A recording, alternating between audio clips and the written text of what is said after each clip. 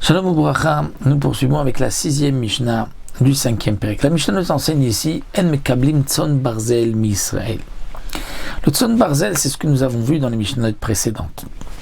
On évalue le bétail, tzon, je donne à un berger du menu bétail et on évalue le prix de ce menu bétail. Et je lui dis, voici combien ces 10 bêtes, ces 10 moutons valent, et donc tu dois me rendre, quoi qu'il leur arrive, le prix de ces 10 moutons. C'est barzel, du fer. Comme du fer, ça ne bouge pas. Donc je lui ai donné tzon barzel, c'est-à-dire du fer, du bétail qui est fer, c'est-à-dire on a évalué le prix, et donc il va me rendre en fonction donc du prix au moment où je lui ai donné. Et tant qu'il ne me rend pas mon argent, on partage les bénéfices.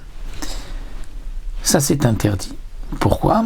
Parce que comme on a évalué le prix de ce bétail, donc c'est un prêt que je lui donne.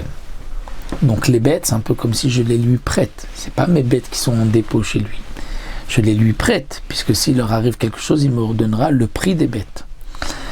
Maintenant, s'il me donne les bénéfices, la moitié des bénéfices, donc de ces bêtes, des petits, de la tonte, si c'est des moutons ou d'autres choses, eh bien nous allons avoir un ribit sur le prêt que je lui ai donné.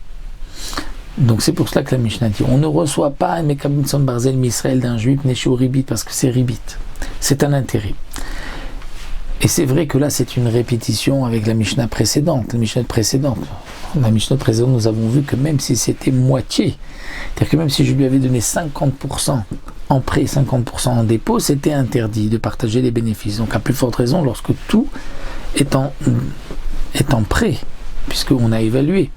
Mais la Mishnah nous a répété cela parce qu'elle veut nous dire que chez un non-juif c'est permis. Aval mekablim tzon barzel min anochim. Mais on peut recevoir tzon barzel min anochim d'un non-juif. C'est-à-dire si un non-juif me donne, je suis berger, me donne des bêtes, j'ai le droit donc de recevoir ces bêtes et de donner la moitié des bénéfices aux non-juifs, étant donné qu'il n'y a pas d'interdiction d'emprunter avec intérêt à un non-juif, ni de prêter avec intérêt.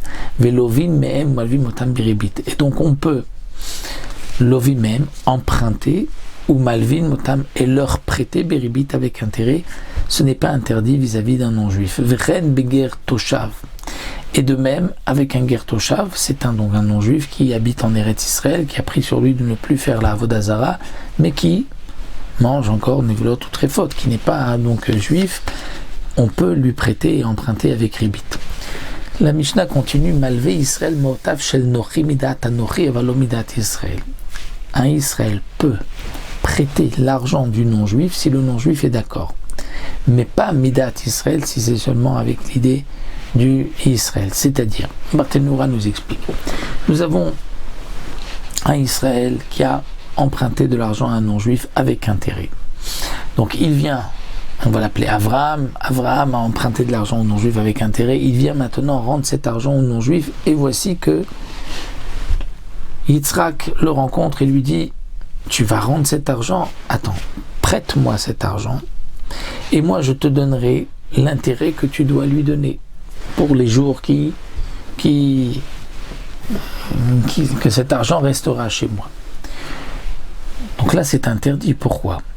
Parce que Yitzhak n'emprunte pas du non-juif, il emprunte de Avraham, puisque Avraham n'a pas encore rendu l'argent. Donc la Mishnah vient nous dire, si Avraham a été chez le non-juif, il lui a dit, voici, je veux te rembourser, mais lui veut cet argent. Et le non-juif dit, bon, il prend l'argent, il le donne à Yitzhak, dans ce cas-là, c'est permis, parce qu'on considère que c'est le non-juif maintenant qui prête à Yitzhak. Avraham a rendu. Sinon, c'est interdit, parce que c'est Avraham qui prête à Yitzhak. Donc c'est ce que la Mishnah nous dit ici, Malvé Israël, Maotav shel nochi midat anochi avalo midat Israël. Donc on peut emprunter, donc Malvé Israël, Avraham, qui était Israël, peut prêter l'argent du non-juif si le non-juif est d'accord, mais pas si c'est de sa propre initiative.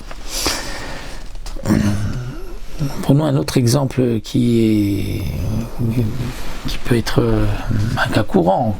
Quelqu'un emprunte de l'argent à la banque, à une banque non juive, donc il emprunte de l'argent avec intérêt. Mais il n'emprunte pas pour lui, il emprunte pour un ami. Et cet ami est Israël, et ce Israël va payer les intérêts. C'est interdit. Pourquoi? Parce qu'en vérité, le premier a emprunté à la banque au non-juif, et le deuxième emprunte au Israël et lui rembourse des intérêts. C'est ribit. Donc ça, c'est ce que la Mishnah vient nous enseigner. Donc, si c'est le non-juif directement qui prête, c'est permis, mais si c'est le Israël, c'est interdit.